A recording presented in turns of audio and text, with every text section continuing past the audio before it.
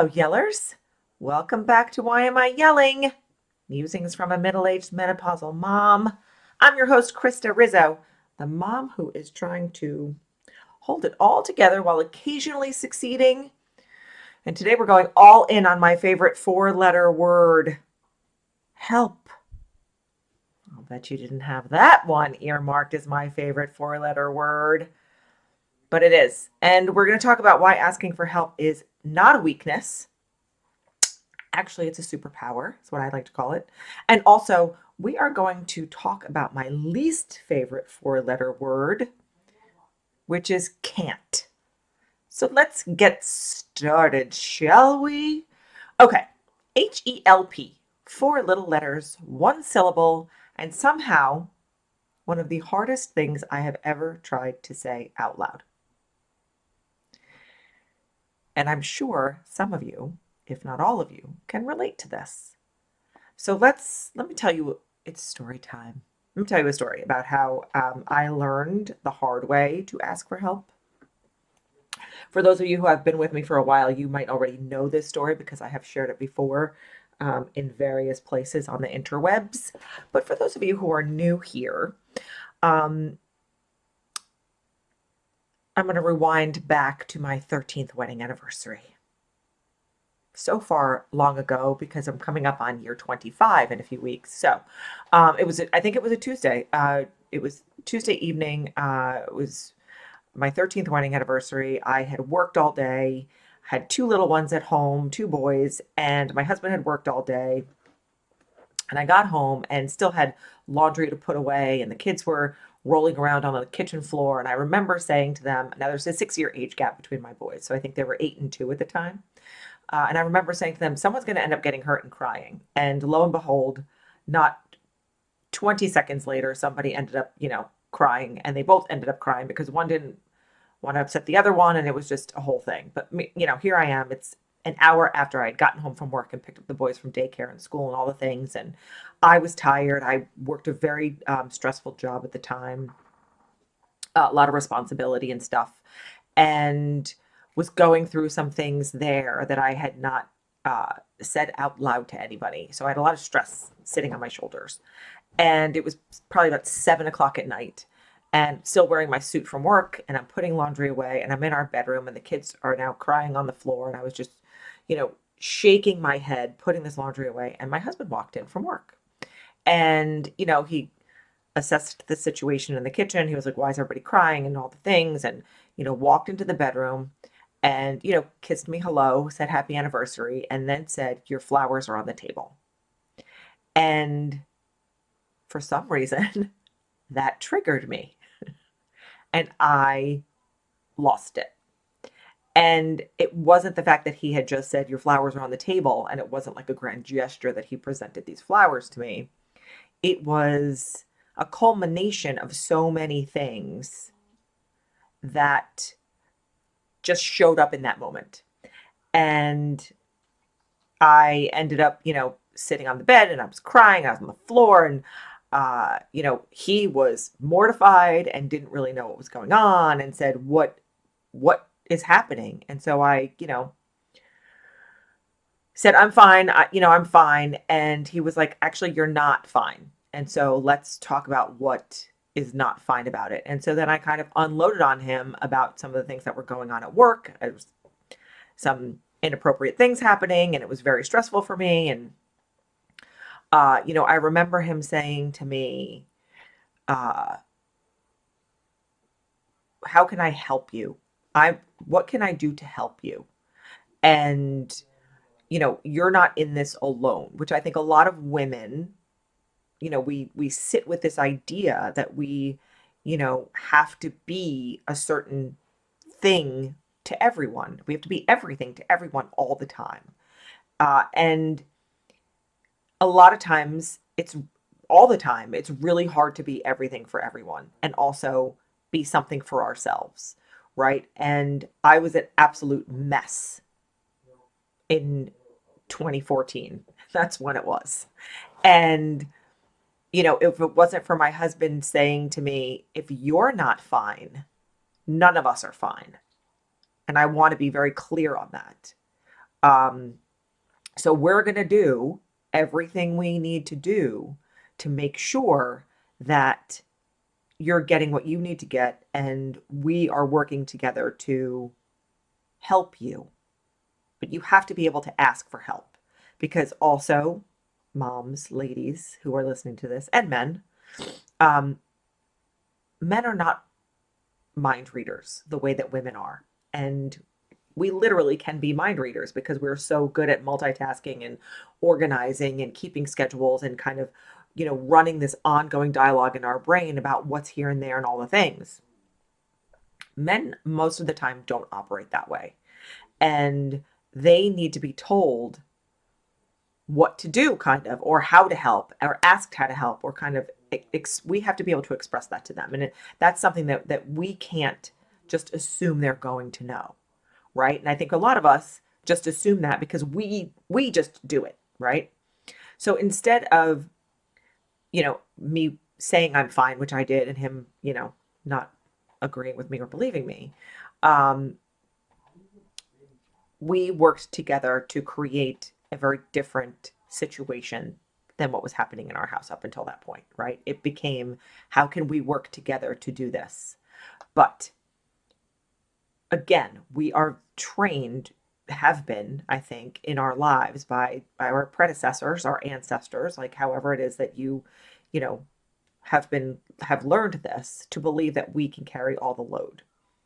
And then we wonder why we fall down and melt down in the bedroom, or we are yelling, or any of those things, right? Knowing that something has to change, which is being comfortable or okay with asking for help. And it sounds easy, right? This is an easier said than done kind of thing, right? Because it's not easy. It is one of the most complicated, ego involving, vulnerability requiring, identity shifting things that I and most women has ever had to do. Because, along the way, that message lived on from however we learned it, that asking for help was a weakness, and it seemed like you were being weak for asking. That asking for help means you have failed, and that a woman who can do it all doesn't need anyone to help her. And that message had been passed on for generations and generations and generations. My grandmother moved in with my parents after my grandfather died, and she was still ironing my dad's underwear literally 2 days before she died at the age of 80 something. Like, it was expected that the women always did all the things for everybody. And they never had the time to pour into themselves or give themselves 2 minutes to do anything, right? That message that was sent to us through, learned traits. Let me tell you something about that message. It's complete bullshit, right? It's utter garbage. It is a lie that we have been told, and a lot of us have been paying for it with our health, with our relationships, with our sanity, and with our sleep, which we already know we're losing to the night sweats and the menopause, and we really can't afford to lose any more of it. So let's kind of dig into this. Why is asking for help so hard? Because if we're easy, right, we would all be doing it all the time, and I wouldn't have an episode to talk about it, right? But there are forces at work here, right? First off, we think we mean it that we failed. We think it means that we're failures in motherhood, in life, in our relationships, and all the things. We have this, deeply ingrained idea, especially for those of us who were raised to be strong, quote unquote, or we watched our mothers and our grandmothers do everything without complaining, even though we kind of knew that something just wasn't right. Uh, we were taught that asking for help was admitting defeat, right? It was waving that white flag around. It was saying, I can't handle this. And God forbid you can't handle it, because we handle everything all the time. We are handlers. We are the tables. We talked about that in a couple of episodes ago. But let's reframe this. Let's reframe it from the we think we failed.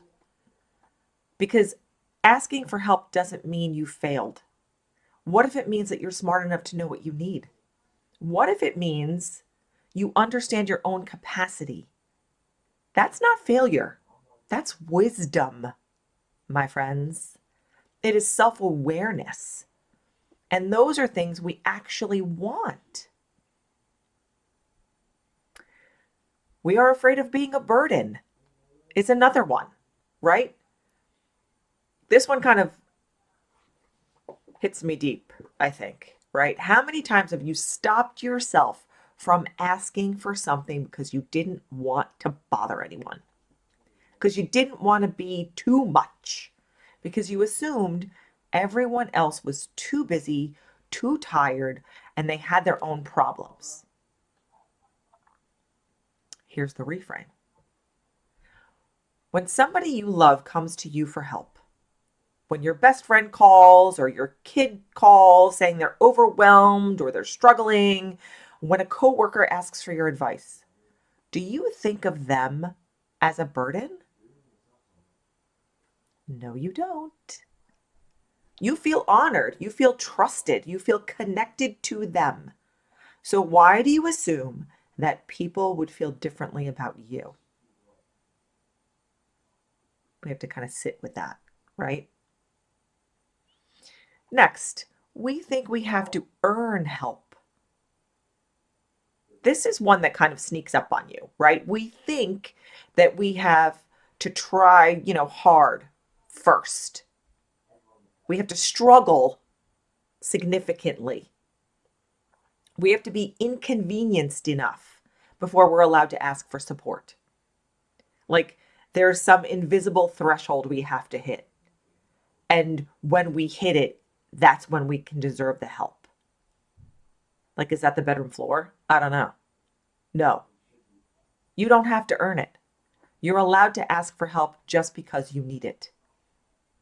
Before the crisis, before the breakdown, before the bedroom floor, right? You're allowed to say, I need some support just because life is a lot and you are a human being.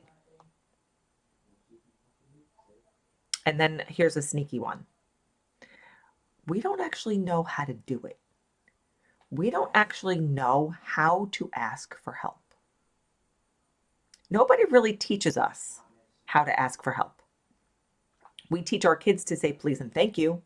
We teach sharing, but we don't teach people how to say out loud, I'm struggling and I could use some support. We don't model that because we're the adults and we're supposed to have it all together, right? So now, as we reach adulthood and now we're in midlife and here we are, and we have this massive gap in our toolkit. We can do everything else.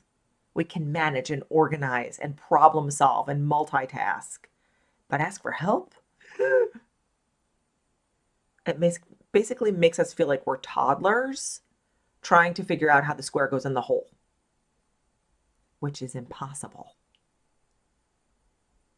So that brings me to my least favorite word, situation, because this is important.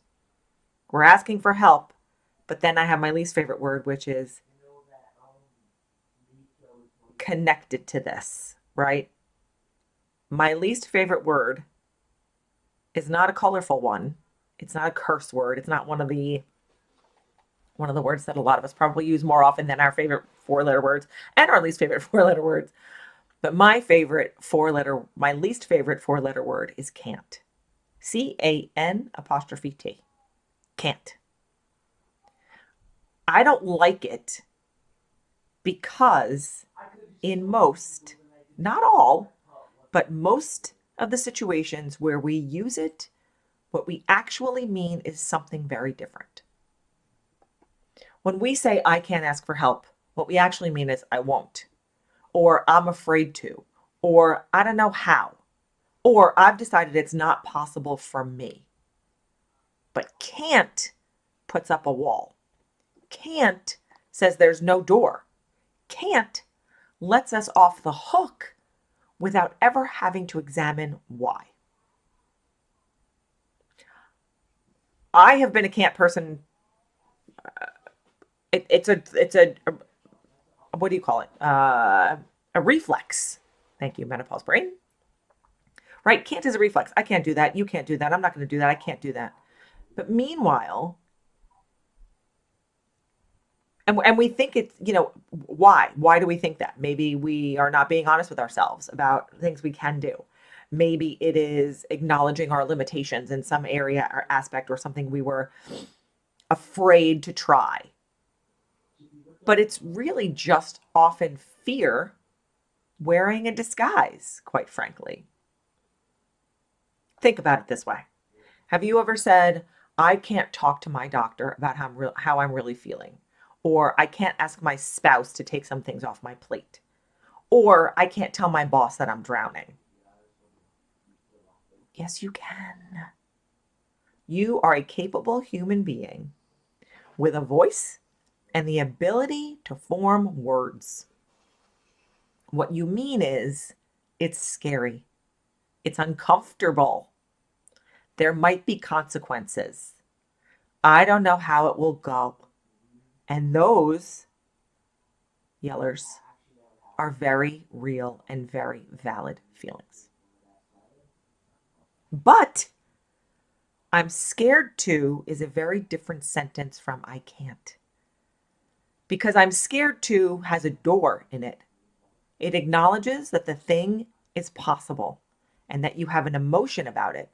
And once you can see that door, you can decide what to do with it. You can walk toward it. You can ask for help opening it. And that is irony. But I can't just has hit a wall. It's a wall. I can't. Nope. And then you just walk away from the wall and the thing never happens and nothing changes and you're still in your bathrobe at 6 a.m. doing everything yourself, talking to yourself and muttering about how you really could use this help. Now, I want to be very clear here because I understand that nuance matters. There are genuine can'ts, for sure. There are real limitations and real disabilities and real circumstances where something is truly not possible. I am not dismissing those. I am talking about the habitual, reflexive can't that we use as a shield against discomfort. That is the one that I would like for us to examine. So here's my challenge to you, and I say this as someone who is still actively working on this for 1 week. Every time you catch yourself saying or thinking, I can't, just pause and ask yourself, is this actually can't? Or is this won't? Or is this scared to? Or is this I haven't tried? Just notice. That's all. Just notice. Because awareness is the first step. And awareness is something you can do. All right. Now that I've put that into your brain, let's talk about why asking for help is actually everything, right? This is good stuff. Help, my favorite 4-letter word, is actually one of the most important things any of us can practice. Number 1, it builds real relationships, real intimacy, not the Hallmark movie kind, the actual gritty, meaningful kind. It's built in moments of vulnerability, right? When you let someone help you, you are saying, I trust you. I see you. You matter to me enough that I am willing to be seen, not having it all together. And the other person, the one you're asking the help from, they get to feel needed. They get to feel useful. They get to show up for you. We all want to do that for people we love. Asking for help isn't taking. It's actually giving. You're giving someone the gift of being needed. Second, It teaches your kids something priceless. This one hits right in the heart. Because if you're a parent listening to this, I want you to really hear this and take it in. When you model asking for help, you are teaching your children that needing support is normal, that asking is brave, and that no one, not even the capable, competent adult who runs your household, has to do everything alone. And that lesson, that might be the most important lesson you ever teach them because they're going to face hard things. They're going to need help. And if they have watched you, their person, ask for it without shame, they will know that they can do the same. Number 3, it actually gets things done better. Hear me out on this one, right? Because I was like, when I was writing this out, when I was thinking about the points that I wanted to make, I was like, this one kind of came up for me. When we try to do everything ourselves, we often do it worse. I know. If you're like me, because I am a type A self-proclaimed control freak and I like things done a certain way, all the things. We're going to talk about that in a minute. But when we try to do everything ourselves, we often do it worse because we're tired, we're spread too thin, we're not bringing our best self to any of it because we're bringing 50% instead of 100, right? When you ask for help, you are acknowledging that someone else might actually be better at something than you are. I know that is impossible to fathom in some ways, for sure. But that is the truth. And it's not humiliation, it's a fact. Other people are better at things. That's why we have accountants and plumbers and therapists and friends who are really good at pep talks. You don't have to be the expert at everything. You just have to be the person who knows when to ask. 4th, it protects your health. That's right. And speaking as someone who is navigating the absolute hormonal roller coaster that is menopause, this matters, mamas. Chronic stress kills us. Slowly, quietly, it raises our cortisol, it disrupts our sleep, it tanks our immune system, affects our heart, and makes the menopause symptoms roughly 1,000 times worse. Stress. Carrying everything is not noble. It's a health risk. I can't do this because it's a health risk. I need help because it's a health risk if you don't help me. Every time you ask for help, you are, and I am not exaggerating, this is not a joke, you are protecting your body. You are choosing your well-being over your ego. And that is an act of profound self-love. And 5th, this is the big one because it opens you up to learning. When you ask for help, you learn things. You learn about yourself, what you actually need, what's being drained of you, what you've been carrying that was never really yours to carry. You learn about the people around you who show up, how they show up, what they're capable of when they're given a chance to help you. And you learn new ways of doing things, new perspectives, new approaches you never would have found on your own. Every time I have had the courage to say, I need help with this, to a doctor, to my husband, to a friend, to a stranger in the grocery store, I've told those stories in the past too, something has shifted. Something has opened up. I have never once regretted asking.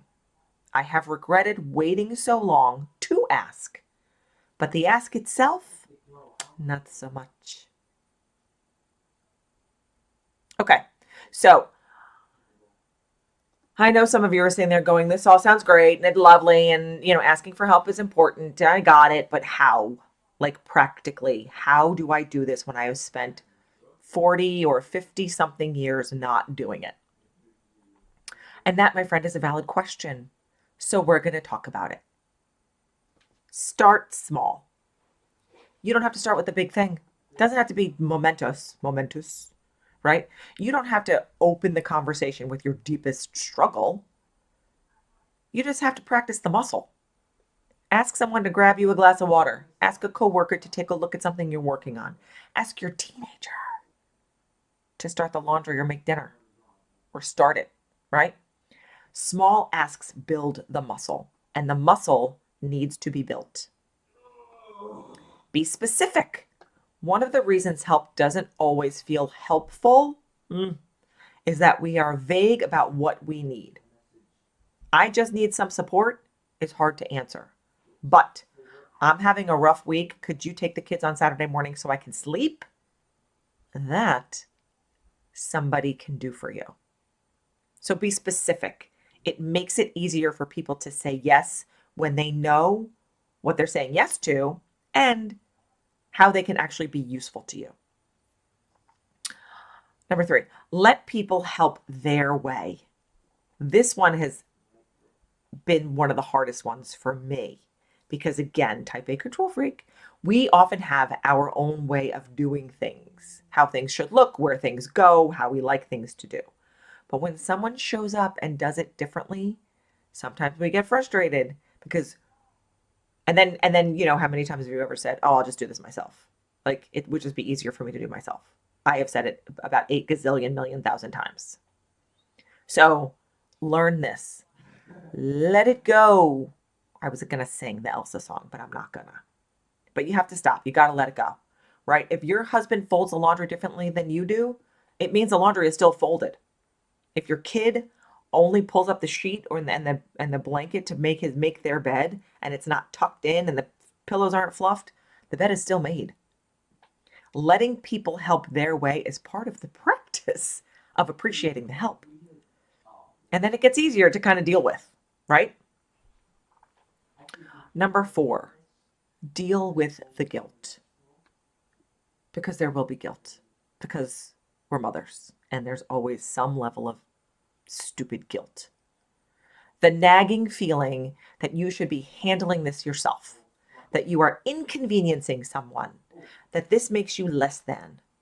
When the guilt shows up, and it will, just acknowledge it. Hello, guilt, I see you, and you are not in charge today. And then turn your back on it and do the thing anyway. Guilt looks harmless, but it will keep you stuck if you let it run the show.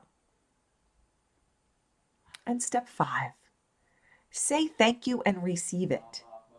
When someone helps you, let yourself receive it.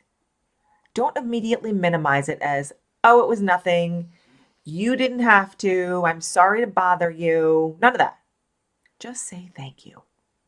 Mean it. And let the help land. Let it fill up some of the empty. That is what it is there for. Okay. We're almost out of time. I'm at 28.31 minutes. And I want to leave you with this. You are not supposed to do this alone. Not the motherhood, not the career, not the marriage or the relationship or the friendships, not the menopause or the perimenopause. Definitely not that.